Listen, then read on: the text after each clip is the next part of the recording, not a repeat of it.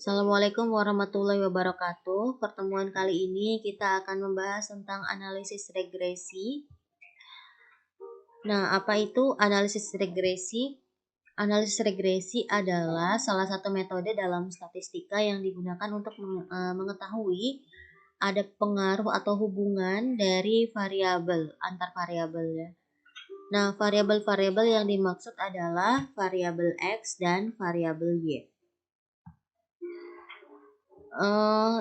Variabel X ini disebut juga dengan variabel yang independen atau bebas. Jadi nilainya bisa berapa saja. Maka dari itu ya dikatakan sebagai variabel yang bebas. Sedangkan variabel tak bebas atau Y adalah variabel dependen yang nilainya ini selalu dipengaruhi oleh nilai X. Jika nilai X besar, maka Y-nya juga akan besar misalnya. Jika X-nya kecil, maka Y-nya juga akan kecil. Jadi dia sangat tergantung sekali dengan nilai X. Maka disebut juga dengan dependent ya. Dependent variable. Dalam analisis regresi ini minimal ada dua variabel ini, yaitu variabel X dan variabel Y. Namun dalam analisis regresi yang berganda atau lebih dari 1X, X-nya ini bisa lebih ya, bisa X1, bisa X2, bisa X3. Maka disebut sebagai analisis regresi berganda. Namun Y-nya harus tetap 1. Jadi bedanya itu antara X dengan Y. X bisa lebih dari 1, sedangkan Y hanya boleh 1 saja. Kemudian ini adalah contoh penggunaan analisis regresi. Yang pertama adalah analisis regresi sederhana. Contohnya pengaruh current ratio terhadap return on asset pada perusahaan subsektor semen yang terdaftar di Bursa Efek Jakarta. Di sini bisa dilihat pengaruh current ratio terhadap return on asset. Jadi harus dari kalimat ini sudah bisa membedakan mana yang mempengaruhi atau variabel X dan mana variabel yang dipengaruhi ya, atau disebut juga dengan variabel Y. Dibaca lagi, pengaruh current ratio terhadap return on asset, sehingga si return on asset inilah yang nilainya tergantung dari current ratio. Nah, untuk analisis regresi sederhana ini persamaannya dituliskan sebagai berikut. Y sama dengan A ditambah BX. Kemudian contohnya yang kedua adalah analisis regresi berganda. Nah, analisis regresi berganda ini disebut berganda karena X1-nya lebih dari 1. Coba kita baca di sini pengaruh current ratio dan debt equity ratio terhadap return on asset. Jadi X-nya ada dua ya. Yang pertama adalah current ratio dan debt equity ratio terhadap return on asset. Jadi X1-nya current ratio, X2-nya debt equity ratio, dan Y-nya adalah return on asset.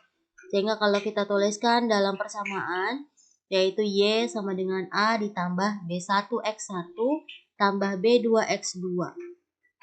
Atau kalau X-nya mau kita ambil 3 data, 3 variabel juga bisa. X1, X2, dan X3. Nanti persamaannya akan nambah lagi menjadi ditambah B3X3 seperti itu ya. Nah, dalam penggunaan variabel dalam skripsi atau penelitian akhir yang sederhana ini sudah jarang sekali atau malah tidak digunakan lagi ya. Jadi minimal adalah terdapat variabel X yang berjumlah 2, X1 dan X2.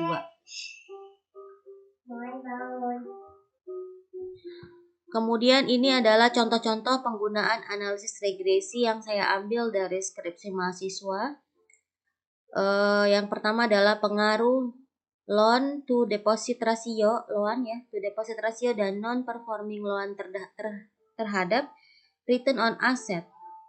Nah, jadi X1-nya adalah loan to deposit ratio, kemudian X2-nya adalah non-performing loan-nya, dan yang Y-nya adalah return on asset.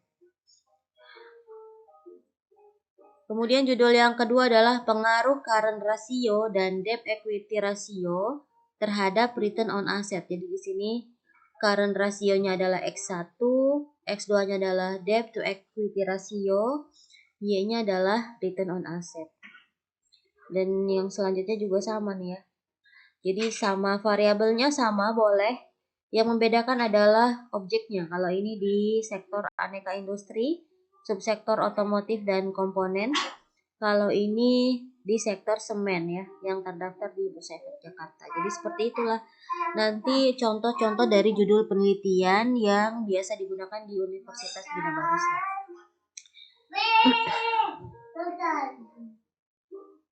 Sekarang kita akan menuju ke langkah-langkah analisis regresi. Yang pertama adalah uji hipotesis. Ini langkah-langkahnya, langsung saja nanti kita akan masuk ke SPSS-nya. Oke, sekarang kita masuk ke SPSS untuk pengolahan data. Di sini saya memiliki tiga data dari 3 variabel. Yang pertama adalah variabel CR, kemudian variabel DER, dan variabel ROA. Seperti contoh yang sudah saya jelaskan tadi ya di sini, CR ini sebagai X1, DER sebagai X2, dan ROA-nya sebagai Y. Nah, sebelum kita melakukan pengolahan, pastikan terlebih dahulu bahwa jenis data yang kita gunakan adalah numerik, kemudian desimalnya juga diaktifkan ya, jangan 0. Kemudian measure-nya kita ganti menjadi scale.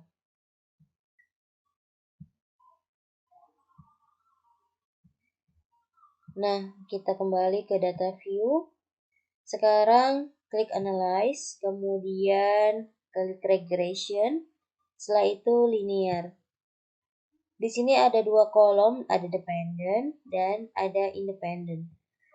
Dependent ini adalah untuk variabel Y. Nah, kita masukkan Y-nya, ROA, dan CR-nya kita masukkan ke sini. CR-nya dan juga DER-nya. CR sebagai X1, DER sebagai X2. Kemudian kita akan keluarkan model fit-nya dan estimate saja sudah cukup ini. Sudah sepertinya ya, kita tinggal klik OK. Nah, akan muncul kolom-kolom atau tabel-tabel seperti ini. Ini adalah output dari analisis regresi. Yang kita gunakan adalah 3 tabel ini. Yang pertama adalah koefisien, ya, koefisien, kemudian ANOVA, dan summary, model summary. Jadi 3 tabel ini yang akan kita gunakan. Nah, kita akan bahas masing-masing dari tabel ini. Sudah saya buatkan di sini. Nah, ini adalah tabel dari ini ya.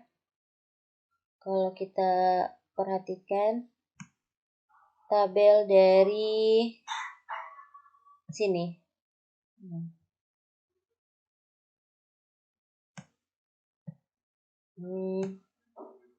Tabel ini saya pindahkan ke sini ya.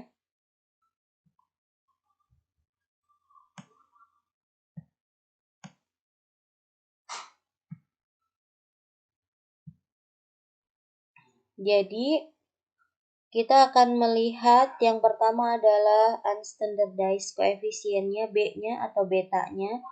Di sini konstannya atau konstantanya 0,532, CR-nya adalah 0,41 dan DER-nya adalah min 0,832. Sekarang kita buat dari nilai ini menjadi sebuah persamaan. Y sama dengan 0, di sini konstannya kita pindahkan 0,532 ditambah 0,041 CR atau X1 dikurangi, karena kenapa dikurangi, karena ini minus ya, dikurangi 0,832 DER atau X2. Itu adalah persamaan regresi dari variabel X1, X2 terhadap Y. Ini persamaan regresinya. Kemudian kita akan melihat juga apakah berpengaruh atau tidak masing-masing variabel X terhadap variabel Y. Nah, yang dilihat adalah nilai signifikansinya. Jika nilainya kurang dari 0,05, maka X berpengaruh terhadap Y. Namun, jika nilai sig-nya lebih dari 0,05, maka X tidak berpengaruh terhadap Y. Nah, yang pertama kita lihat nilai CR atau X1-nya signifikansinya adalah 0,001 ya. 0,001 atau kurang dari 0,05 ya. Sehingga kesimpulannya adalah current ratio berpengaruh terhadap return on asset. Ya, jadi si current ratio ini berpengaruh terhadap return on asset. Dilihat dari signifikansinya. Sekarang variabel yang kedua, kita lihat DER. Nilai signifikansinya adalah 0,648 atau lebih besar ya, lebih dari 0,05. Sehingga kesimpulannya adalah debt equity ratio atau DER tidak berpengaruh terhadap return on asset. Ya. Jadi dari judul yang sudah kita buat tadi, judulnya ini, maka sudah ada kesimpulannya dari hasil analisis regresi. Awalnya kita ingin mengetahui apakah dia berpengaruh atau tidak. Nah, ternyata dari hasil analisis diketahui bahwa yang berpengaruh secara parsial atau secara satu persatu hanya CR terhadap return on asset. Sedangkan DER atau debt equity ratio tidak berpengaruh terhadap return on asset. Nah, ini uji satu-satu ini disebut juga dengan uji parsial. Nah, kemudian ini adalah tabel F. Tabel F ini saya ambil dari sini ANOVA, ya, ini tabel F-nya. Berfungsi untuk melihat uji simultan atau uji secara bersama-sama jika dua-duanya dimasukkan ke dalam model gitu. Kalau tadi satu-satu, kalau ini dua-duanya. Nah, hasilnya adalah 0,001. Jadi sama tadi cara melihat keputusannya. Kalau kurang dari 0,05 maka dia berpengaruh. Tapi kalau lebih dari 0,05 maka dia tidak berpengaruh. Di sini nilai signifikansinya adalah 0,001 atau kurang dari 0,05. Sehingga CR dan DER berpengaruh secara bersama-sama terhadap ROA gitu ya. Jadi kalau tadi satu per satu per variabel, kalau sekarang bersama-sama gitu. Hasilnya bisa seperti ini, bisa tadi kalau tadi secara satu-satu ada yang tidak berpengaruh, tetapi ketika bersama-sama dimasukkan, dia akan berpengaruh secara bersama-sama gitu ya. Bisa saja seperti itu. Jadi ketika nanti hasil dari penelitian tidak harus semua berpengaruh, tidak apa-apa. Apapun hasilnya ya itulah hasil penelitian yang kita hasilkan seperti itu. Kemudian yang terakhir adalah melihat analisis korelasi berganda dan determinasinya. Nah, ini dari sini ya, model summary. Saya pindahkan ke sini. Ini adalah nilai R atau nilai korelasi bergandanya sebesar 0,624. Jadi dia otomatis langsung muncul nilai korelasinya. Tidak usah dicari secara satu-satu ya, korelasi, uji parsial, analisis regresi. Jadi satu kali klik langsung muncul semua. Hasilnya adalah 0,624. Nah, ini artinya bahwa secara bersama-sama current ratio dan debt equity ratio memiliki hubungan yang sedang terhadap return on asset. Hubungannya sedang. Kemudian R-square ini adalah analisis determinasinya, koefisien determinasinya, untuk melihat kontribusi CR dan DER terhadap ROA. Kontribusinya adalah 38,9% dari sini ya, kali 100. 0,389 dikali 100, yaitu 38,9%. Sedangkan sisanya 61,1% dijelaskan oleh variabel lain yang tidak dimasukkan ke dalam penelitian. Jadi, si CR dan DER ketika kita meneliti ini untuk melihat pengaruh ROA hanya berkontribusi sebesar 38,9%.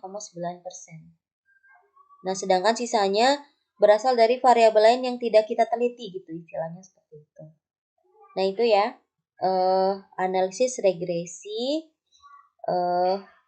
berganda ya, yang biasa dan umum sekali, mungkin hampir 90% menggunakan analisis berganda, melihat pengaruh atau hubungan dalam melakukan penelitian. Seperti itu ya. Mungkin itu saja. Terima kasih. Assalamualaikum warahmatullahi wabarakatuh.